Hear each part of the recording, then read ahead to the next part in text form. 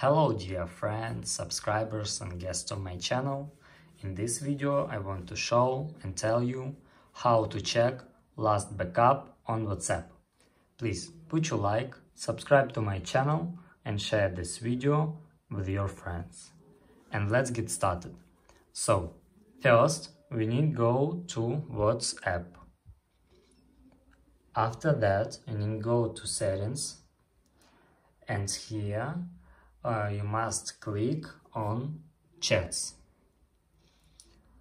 After that, click chat backup, and here you can see when was your last backup. Here, as you can see, I have never.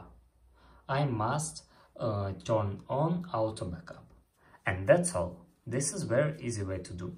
If you enjoyed this video and found it helpful, please put your like, subscribe to my channel and share this video with your friends.